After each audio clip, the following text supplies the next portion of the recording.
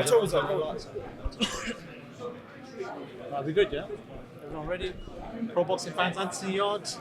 Finally here, it's fight week. Just talk to me about how you're feeling. A lot of noise this week about your fights with maybe other fighters, BOUTSI, Callum Smith, but how do you sort of blank out that noise and just carry on as normal? Same as I always do it. I'm very good at just blocking that noise, cancelling out the opinions of others. My only focus right now is this Saturday, which is a couple of days away. And then I've said publicly before this fight that I've got now has been scheduled, I've said publicly the fights that I want big fights this year. Bivol and Beterbiev are fighting in June.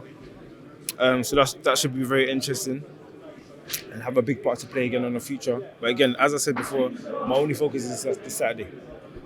I said to Sunni in the interview that I did with him that you remind me a lot about a throwback fighter, somebody who's no nonsense, calls it as it is. You could have got big money for sort of, not taking certain fights. You decided to take fights away from home. Where does this throwback mentality come from? Is it some of the old school fighters that you've been watching over the years? I feel like it's just me as a person, and I appreciate that as well for pointing out that fact. I've taken on the biggest fights possible. I fought world champions that no one else wanted to fight. I've gone away from home to do it. I've refused step aside money, and when I say step aside money, I'll be public with it. I got offered $1 million to step aside. $1 million to step aside. I said no. My stubborn mentality, that lion mentality in me, said no. I see a prize, I'm going to go for it, and I'll continue to be the same. I'll do what makes sense for me and my career, because when my career is finished, it's on to the next. You're going to look at the next prospect. You're seeing Ben Whittaker come through, looking fantastic. I'm loving the highlights. I love how he performed as well on Saturday. BOUTSI had a good performance. Even Dan Aziz had a good performance. It was a good fight. So then, Ben Whittaker is very young in the sport, but again, he's not too young. I think he's 26, 27. So again, that's a potential fight that I could have down the line. There's other young, up-and-coming fighters that haven't even turned pro yet. So what's going to happen is, when I finish my career, it's on to the next prospect. So I've got to do what's best for me, and that's having the best fights at the best time. Again, I've gone to Russia, I fought Beterbiev, and I'll continue to do that as long as I'm active. When there's world titles in the land, that's the fights I want to go for. What side do you fight you on? Obviously, there's two fighters fighting on 1st of June. There's Joshua BOUTSI. We're hearing maybe even a stadium fight for the BOUTSI fight. Callum Smith in Saudi Arabia. The doors are open, man. What fight is number one for you? Options. Again, I have a team. I always say I'll fight both of them. I promise you. But you have a team in the background for a reason, that help make certain decisions. Obviously, the final say is always mine. But again, there's people in the background that look at numbers. They look at. There's no denying. Globally, I bring the most attention. I get the most attraction in terms of numbers, and that's factual. But again, these big fights are fights that I want, not just what makes sense, but if they're actually fights that I want. And I've said that as well publicly. But it's just about the right timing. I've always said this, look, Bivol and Beterbiev are fighting. If them both scatter, these big fights, if they're for world titles, it makes the fight 10 times better. That's just my opinion. Anthony, just out of interest, after the press conference, Joshua BOUTSI said, listen, I recognise I'm from London, Anthony Yarde fights there. And when you saw that, what did you make of it? He said it in interviews as well, he said it with me. So when he recognises it, what do you make of that fight? I didn't see the interview, but who recognises what?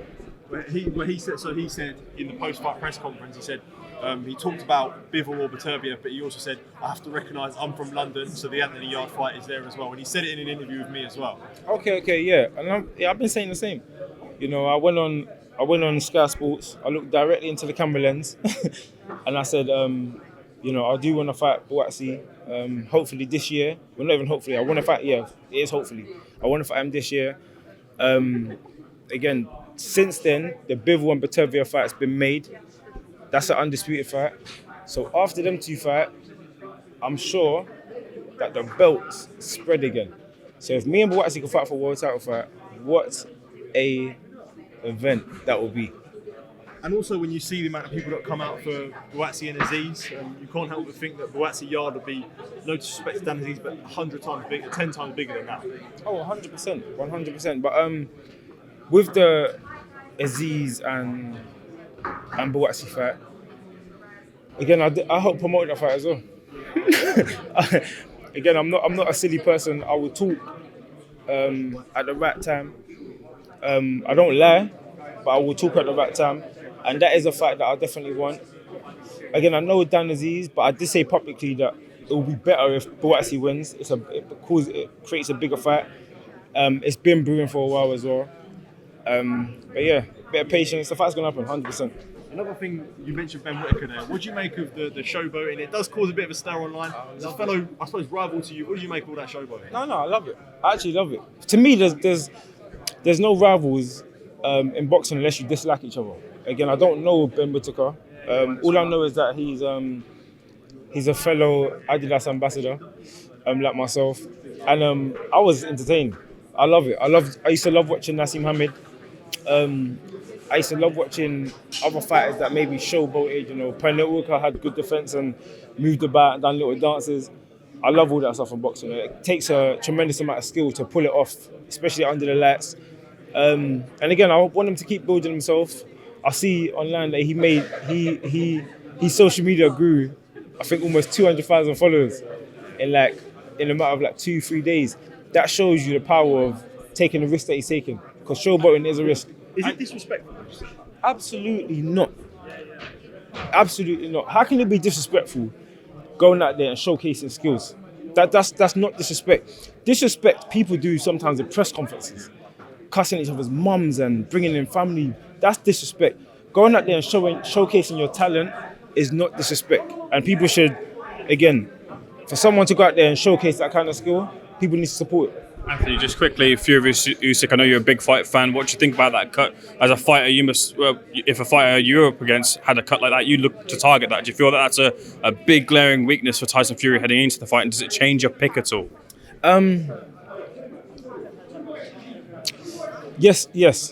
The answer is yes, because Tyson Fury will have in his mind that he's got that cut. Regardless of what Usyk's thinking, in the back of Tyson Fury's mind, he's human. He's going to know that he's got that cut. So it could play a part in how he fights, you know, his approach to the fight. But again, it could be in his favour. He could want to box and stay on the back foot, and that could work in his favour. He's bigger, a lot bigger. He's heavier. He can move. And again, it could have been to his detriment if he went in there and tried to force the action and try to stop Usyk. He could have got caught. So we'll see how it plans out when they actually do fight. Are you picking Usyk or favouring him?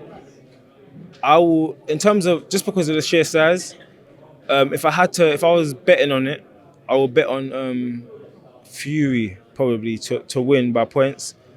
But Usyk has shown his supreme ability. So again, that's why we're excited about that fight.